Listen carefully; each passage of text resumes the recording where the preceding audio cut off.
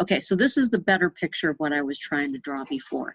I've got 3 frequencies. This is the high pass filter. I'm going to reach my mid-band gain here. I'm going to have one pole when it kicks in, it's going to have a slope of 20. And when that second pole kicks in, I've got a slope of 40. And the third one is going to be a slope of 60.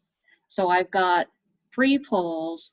The one I really care about is for my low frequency response is the one that's the highest in frequency.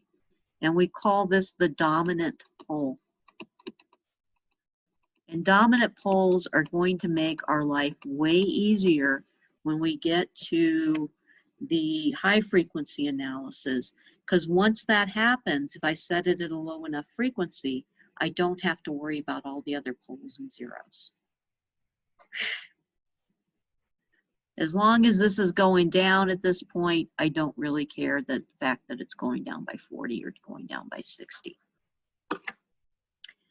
3 different poles, and where we get the 3 different poles from is we factor the transfer function, or we read it off of our network analyzer, or our new fancy, whatchamacallit, oscilloscope is the word I'm looking for. So we've got 1 pole here, we've got 1 pole here, and we got 1 pole here, and we can calculate what all those are. And we find those poles by looking at the circuit and finding the Thevenin equivalent. Or if you have that previous circuit, you can just use these formulas. What do we want to do? Sketch the magnitude plot. Where's the dominant pole? Okay, so this is an example. We go through and we calculated what we plugged in numbers into these formulas here. We knew what our CC1 was, we knew what our RG and what our RSig was. And we went through and we calculated, well, I've got a pole at 50 Hertz, I have one at 20 Hertz, and I have one at 10 Hertz. And you can draw a quick sketch here. And then we calculated our mid-band gain, and we found it to be 32 dB. You can draw a quick sketch of what that magnitude response looks like and figure out what the magnitude will be at any given frequency. Yeah. So some really quick hand calculations you can do. If you get lazy or you get mentally lazy, you can always throw it into something like Multisim or MATLAB and let that do the calculation for you. But you got to kind of know in your head what's going on. You got to know, oh, every time the slope switches, I've kicked in another pole. And where are these poles coming from? They're coming from the capacitors. Yep. That was it. The next topic is basically we're going to look inside the MOSFET and do some Thevenin stuff and figure out what causes the high frequency gain to roll off. The big problem is, should I even try doing this? Gate, drain, source. We have that dependent current source. I was drawing this in whatchamacallit, 280 yesterday. We have RO. We're going to add some capacitors into there. CGS is going to be a reasonably sized capacitor. We're going to add CDS in there. We're going to ignore the body capacitances. We're going to imagine that they're small. CDS. The big problem capacitor, the problem child out of all of this, is C gate drain. And we talked about that, Bertrand talked about that in the last class. C gate to drain. It makes a really weird electrical network, which makes my circuit analysis hard. So we're going to learn a subtle, it's not really all that subtle.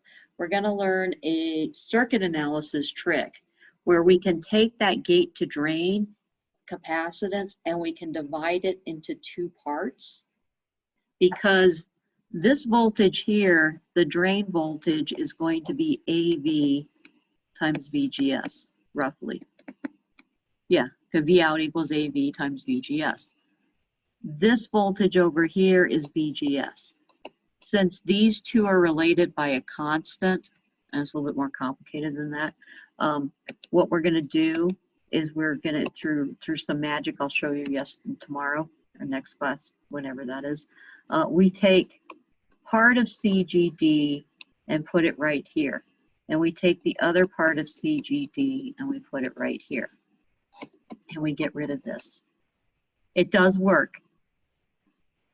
But the problem is that this part of CGD, when I do this, this part of CGD gets multiplied by the gain.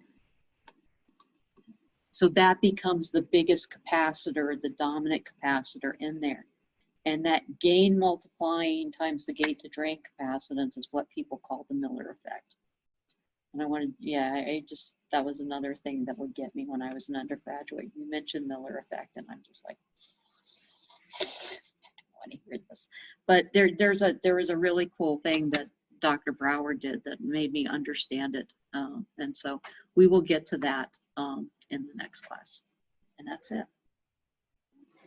Okay, any questions? Life, the universe, or anything? Did Sigway ever show up? What's going on with him? Okay. Nope. Okay, so I got roll. I guess we're done. Nobody's asking questions. Okay. Actually, Julie, I have one question. Yay.